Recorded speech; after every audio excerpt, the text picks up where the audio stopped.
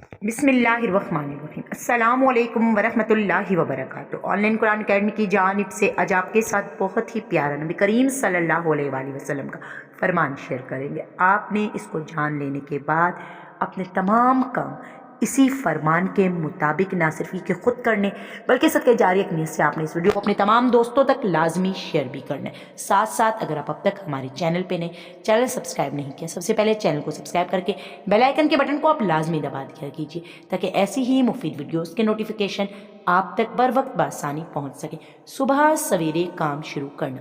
نبی کریم صلی اللہ علیہ وآلہ وسلم نے ارشاد فرمایا، میں نے اللہ تعالیٰ سے دعا کی ہے کہ یا اللہ میری امت کے لیے اس کے سویرے کے کاموں میں برکت عطا فرما۔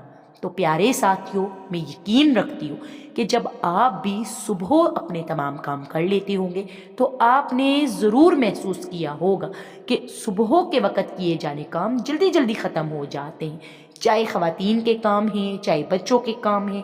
جو بھی کام ہم صبح کے وقت کرتے ہیں اس میں ایک غیبی مدد شامل ہوتی ہے۔ تو اگر آپ کسی بھی بڑے کام کا ارادہ کر چکے ہیں، آپ کوئی بھی منزل حاصل کرنا چاہتے ہیں، تو اس کے لیے آپ کو اپنے کام کی ابتدا صبح سویرے سے کرنی ہوگی۔